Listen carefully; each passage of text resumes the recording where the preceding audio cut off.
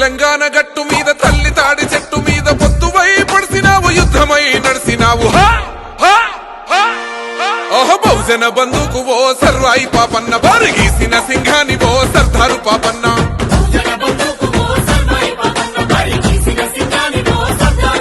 బాకులాంటి మోకు దెబ్బ ఓ సర్వాయి పాపన్న గాయిదోళ్ల గండ్రగొడ్డలో సర్దారు పాపన్న